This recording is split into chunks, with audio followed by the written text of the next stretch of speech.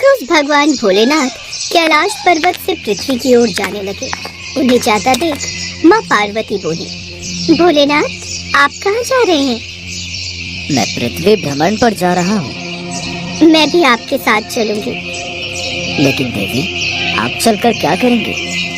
वो मैं नहीं जानती, बस मुझे भी आपके साथ जाना है। देवी पार्वती नहीं मानी और वो भी उनके साथ चली गई। घूमते घूमते पार्वती जी को भूख लगने लगी। वो महादेव से बोली, महादेव मुझे भूख लगी है, मुझे खीर खांड का भोजन करना है। ये सुनकर वो थोड़े आगे आए।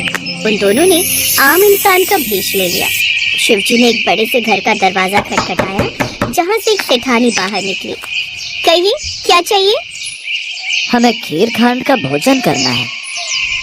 खीर खांड का भोजन करना है तो अपने घर जाकर खाओ, मेरे यहाँ क्यों मांगने चले आए? यहाँ क्या मैंने कोई भंडारा खोला हुआ है? ये कहकर सेठानी ने दरवाजा बंद कर लिया। कुछ आगे चलने पर उन्हें एक गरीब बुढ़िया मिली। उसने पूछा, बताइए महाराज आपको क्या चाहिए? हमें खीर और खांड का भोजन करना है। अच्छा आप भीतर आइए और बैठ जाइए। उन्हें अपनी झोपड़ी में बिठाकर वो रसोई में गई, लेकिन रसोई में अन्न का दाना भी नहीं था। वो बुढ़िया माई कहीं जाने लगी तब शिव जी बोले, बुढ़िया माई आप कहाँ जा रही हैं? मैं दूध चावल और खांड लेने जा रही हूँ। उसकी जरूरत नहीं है, आप अपनी रसोई में देखिए, वहाँ सब है। नहीं, मैं अभी रसोई से आई हूँ, वहाँ कुछ भी नहीं है। इनके कहने पर आप एक बार जाइए तो माई। बुढ़िया माई वापस से रसोई में गई, जहाँ सब सामान था। ये देख बुढ़िया माई हैरान रह गई। उसने झट से खीर बनाई और महादेव और पार्वती माता को खाने को दी। कुछ देर बाद वो दोनों वहाँ से जाने लगे। तब बुढ़िया माई बोली, महाराज बची हुई खीर का मैं क्या करूँगी? मेरे घर में तो कोई नहीं है उसे खाने वाला। मैंने जितनी खानी थी खा ली। ये सुनकर महादेव बोले, माई अपनी आंखें बंद करो। बुढ़िया माई ने अपनी आंखें बंद कर ली। कुछ देर बाद अब अपनी आंखें खोल लो। जैसे बुढ़िया माई ने आंखें खोली, अंदर उसके बेटा बहू और पोते पोती थे। ये देख वो बड़ी खुश हुई, लेकिन फिर उदास होकर बोली, महाराज मेरा घर तो एक छोटी सी झोपड़ी है, फिर मैं अपने परिवार को कहाँ रखूंगी? महादेव ने जाते जाते उस झोपड़ी को एक लात मारी और वो झोपड़ी बड़े महल में बदल गई। ये देख बुढ़िया माई हैरान रह गई। वो बोली, कौन है आप और ये सब चमत्कार? आप जरूर कोई दिव्य शक्ति है, मुझे दर्शन दो प्रभु, हे माता। तभी वो दोनों अपने असली रूप शिव पार्वती के रूप में आ गए। ये देख बुढ़िया माई बहुत खुश हुई। इसके बाद वो आगे की ओर चले गए। अब बची हुई खीर उसने अपने आस पड़ोस में शिव पार्वती का प्रसाद समझकर सब में बांटी। जब वो सेठानी के घर पहुंची तो उसका घर झोपड़ी बन चुका था। तो उसने उस बुढ़िया से पूछा, तेरे घर ये खीर कहाँ से आई? तेरे तो खुद ही खाने के लाले पड़े हैं। मेरे यहाँ पार्वती माता और शिव जी आए थे, उन्होंने ही मुझे ये सब दिया है। और तेरा घर इतना बड़ा महल जैसा कैसे बन गया? बताया तो ये सब महादेव और माता पार्वती जी के आशीर्वाद से ही हुआ है। ये सुन सेठानी दौड़ी दौड़ी उस ओर गई जहाँ महादेव और पार्वती जा रहे थे। उसने उनको रोककर पूछा, महादेव मेरा धन आपने उनको क्यों दे दिया?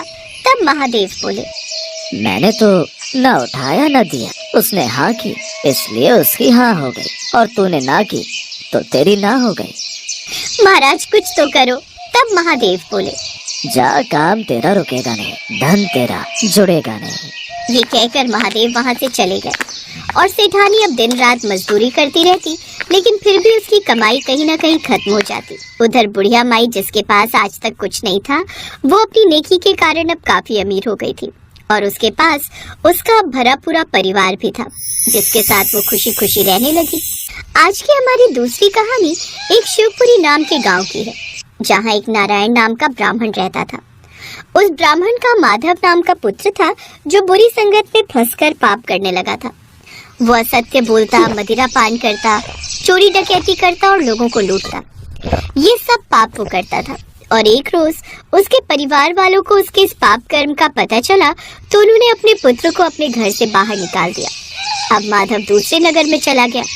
अपना पेट भरने के लिए वो भीख मांगने लगा। बहुत भूख लगी है, कुछ खाने को दे दो। ये ले 2 रोटी से खा ले। अब वो इसी तरह हर रोज भीख मांगता, लेकिन जो पाप उसने किए थे उसके फल स्वरूप उसके शरीर में कोढ़ निकल आया। उसके शरीर के अंग गलने और सड़ने लगे, जिससे वो अत्यंत दुखी रहने लगा।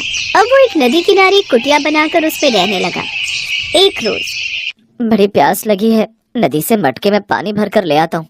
अब ऐसे ही वो हर रोज करता, नदी से मटके में पानी भर कर ले आता, जिससे कुछ पानी रास्ते में एक शिला पर गिर जाता। ऐसे ही एक रोज वो जल भर कर लाया और शिला पर रखा ही कि तभी उसके प्राण निकल गए। फिर आकाश से एक विमान आया और उसमें से दूत बाहर आए। तभी वहाँ शिव दूत आए और उन दूतों से बोले, ठहरो, तुम इसे नहीं ले जा सकते। ये नर्क का नहीं बल्कि शिवलोक का अधिकारी है। इसने सारी उम्र बड़े पाप किए। इसके पाप कर्मों के फल स्वरूप इसके परिवार ने भी इसे त्याग दिया, इसीलिए ये नर्क योग्य है। हम सब जानते हैं, लेकिन इसके सभी पाप धुल चुके हैं। जाने अनजाने में ही सही इसने इस वृक्ष के नीचे दबी शिला को जला दिया। ये कोई साधारण शिला नहीं बल्कि शिवलिंग है। साथ ही इस वृक्ष के नीचे महादेव और माँ पार्वती की मूर्ति भी है, जिसकी जाने अनजाने इसने पूजा की है। इसीलिए अब ये यमलोक का नहीं बल्कि शिवलोक का अधिकारी बन गया है। आज की हमारी तीसरी कहानी इस प्रकार है। एक बार की बात है, एक रोज शिव और पार्वती पृथ्वी लोक पर भ्रमण के लिए निकले हुए थे। माँ पार्वती ने देखा कि चारों ओर सूखा पड़ा हुआ था और हर तरफ हाहाकार मची हुई थी। लोगों को पानी पीने को नहीं मिल रहा था। एक बूढ़ा आदमी प्यास से तड़प रहा था। पानी, पानी, पानी। प्यास से तड़पते हुए उस बूढ़े आदमी की मौत हो गई। नहीं नहीं बाबा, आप हमें छोड़कर क्यों चले गए? हे भोलेनाथ, ये कैसी सजा मिल रही है हमें, जो पानी की बूंद बूंद के लिए भी तरसना पड़ रहा है। ये सब लोग कितने दुखी हैं, इन्हें कितने कष्ट हैं। फिर वो कुछ दूरी पर और आगे चले, तभी माँ पार्वती की नजर एक किसान पर गई जो कड़ी धूप में भी हल जोत रहा था। ये देख माँ पार्वती ने शिव जी से कहा, स्वामी, जहाँ मनुष्य को पीने का पानी तक नहीं मिल रहा है, वहीं ये बेचारा किसान इतनी कड़ी धूप में इतनी मेहनत कर रहा है। इसके पीछे इसका एक तात्पर्य है देवी। वह ये कार्य इसीलिए कर रहा है ताकि खेत जोतने की उसकी ये आदत छूट ना जाए। कैसा तात्पर्य स्वामी? उस मनुष्य को देख माँ पार्वती को उन पर दया आ गई और उन्होंने उसकी मदद करने की सोची। स्वामी, सब प्यास के मारे इतने तड़प रहे हैं, फिर आप वर्षा क्यों नहीं कर देते? नहीं देवी, अभी वो समय नहीं आया है। जैसे ही वो समय आएगा हम वो कार्य भी अवश्य करेंगे। भोलेनाथ ऐसे तो मानेंगे नहीं। तभी माँ पार्वती को एक युक्ति सूझी। उन्होंने भोलेनाथ से कहा, स्वामी, आपने भी तो बहुत समय से अपना शंख नहीं बजाया, कहीं ऐसा ना हो कि आप भी अपना शंख बजाना भूल जाएं। तुम सत्य कहती हो देवी, हम अभी अपना शंख बजा देते हैं। कहीं ऐसा ना हो कि हम भी शंख बजाना भूल ही जाएं। ये सुनकर पार्वती मन ही मन मुस्कुराई, क्योंकि वो अच्छे से जानती थी कि जैसे ही महादेव अपना शंख बजाएंगे तो वर्षा होना निश्चित है। फिर उन्होंने महादेव से कहा, स्वामी, यहाँ नहीं, उस ओर प्रकृति के मनमोहक नजारे देखते हुए आप शंख बजाइए। अच्छी बात है, जैसा आपको ठीक लगे। और फिर अपना शंख निकालकर उसे बजाने लगे। उस शंख की आवाज से मानो पृथ्वी खिल उठी, पक्षी चहचहाने लगे और बादल भी इतने खुश हुए कि झमझम बरसने लगे और पृथ्वी लोक पर तेज बारिश होने लगी। ये देख सभी लोग खुशी से झूमने लगे और महादेव और माँ पार्वती के नाम के जयकारे लगाने लगे। अब ना तो धरती प्यासी थी और ना ही कोई मनुष्य या पक्षी। महादेव भी समझ गए थे कि ये सब माँ पार्वती ने जानबूझकर किया है, लेकिन इसमें उनकी दया भावना छुपी हुई थी। इसलिए उन्होंने माँ पार्वती से कुछ नहीं कहा और उन्हें देखकर मुस्कुराने लगे।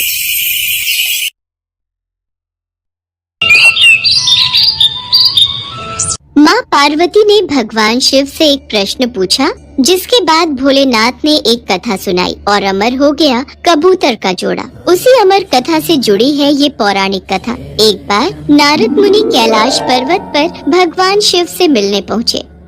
नारायण नारायण, प्रणाम माते।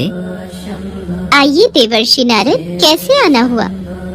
माते, मैं तो भगवान शिव और आपके दर्शन करने आया हूँ, और महादेव कहीं दिखाई नहीं दे रहे। वे तो भ्रमण के लिए गए हैं, कुछ देर में लौटेंगे। देवर्षि नारद माँ पार्वती से वार्तालाप करने लगे। तभी उन्होंने माँ पार्वती से पूछा, माते, क्या आप अमर कथा के बारे में जानती हैं? अमर कथा? वो कौन सी कथा है? उसके बारे में तो मैं नहीं जानती। नारायण नारायण, माते, जब भगवान भोलेनाथ आएंगे तब आप उनसे इस बारे में पूछना। अच्छा माते, मैं चलता हूँ। नारायण नारायण।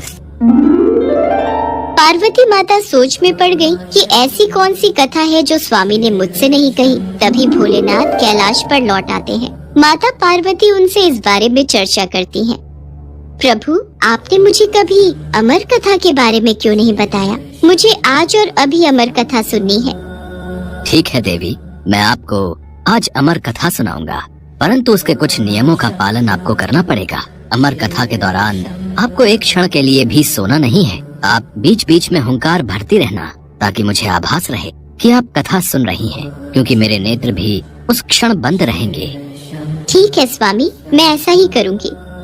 भगवान शंकर ने माता पार्वती से एकांत और गुप्त स्थान पर अमर कथा सुनने को कहा, जिससे कि अमर कथा कोई अन्य जीव न सुन पाए, क्योंकि जो कोई भी इस अमर कथा को सुन लेता है वो अमर हो जाता। इसके पश्चात शिवजी देवी पार्वती को अमर कथा कहने एक गुफा में ले गए। पुराणों में कहा जाता है शिव जी ने देवी पार्वती को अमरनाथ की गुफा में अपनी साधना की अमर कथा सुनाई थी, जिसे हम अमृतत्व कहते हैं। प्रचलित कथा के अनुसार भगवान भोलेनाथ ने अपनी सवारी नंदी को पहलगाम पर छोड़ दिया, जटाओं से चंद्रमा को चंदनवाड़ी में अलग कर दिया और गंगा जी को पंचतरणी में तथा कंठाभूषण सर्पों को शेषनाग पर छोड़ दिया। इस प्रकार इस पड़ाव का नाम शेषनाग पड़ा। अगला पड़ाव गणेश पड़ता है। इस स्थान पर भोलेनाथ ने अपने पुत्र गणेश को भी छोड़ दिया था, जिसको महागुणा का पर्वत भी कहा जाता है। पिस्सू घाटी में पिस्सू नामक कीड़े को भी त्याग दिया। इस प्रकार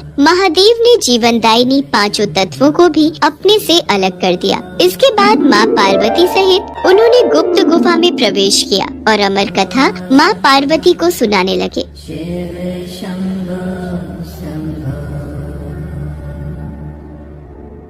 पर कथा सुनते सुनते देवी पार्वती को नींद आ गई और वो सो गईं, जिसका शिव जी को पता नहीं चला। भगवान शिव अमर होने की कथा सुनाते रहे। उस समय दो सफेद कबूतर शिव जी से कथा सुन रहे थे और बीच बीच में गूं गूं की आवाज निकाल रहे थे। शिव जी को लगा कि माता पार्वती कथा सुन रही हैं और बीच बीच में हुंकार भर रही हैं। इस तरह दोनों कबूतरों ने अमर होने की पूरी कथा सुन ली थी। कथा समाप्त होने पर शिव जी का ध्यान देवी पार्वती की ओर गया, जो सो रही थी।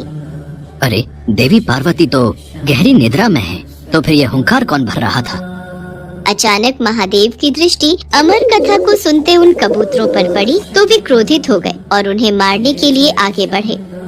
मेरे क्रोध से तुम दोनों को कोई नहीं बचा सकता। तुम्हें इसका दंड अवश्य मिलेगा। हे प्रभु, हमें क्षमा कीजिए। हमने अनजाने में ही भूल की और हमने आपसे अमर होने की कथा सुनी है। यदि आप हमें मार देंगे तो अमर होने की ये कथा झूठी हो जाएगी। इस पर भगवान शिव का क्रोध शांत हो गया। प्रभु, इन दोनों का इसमें कोई दोष नहीं। मैं गहरी निद्रा में सो गई थी। मैंने आपके आदेश का पालन नहीं किया, इसलिए इन दोनों को क्षमा कर दीजिए। भगवान शिव जानते थे कि अनजाने ही सही पर कबूतरों ने अमर कथा को सुन लिया था, इसलिए वे दोनों अमर हो चुके हैं। इस पर महादेव ने कबूतरों को जीवित छोड़ दिया।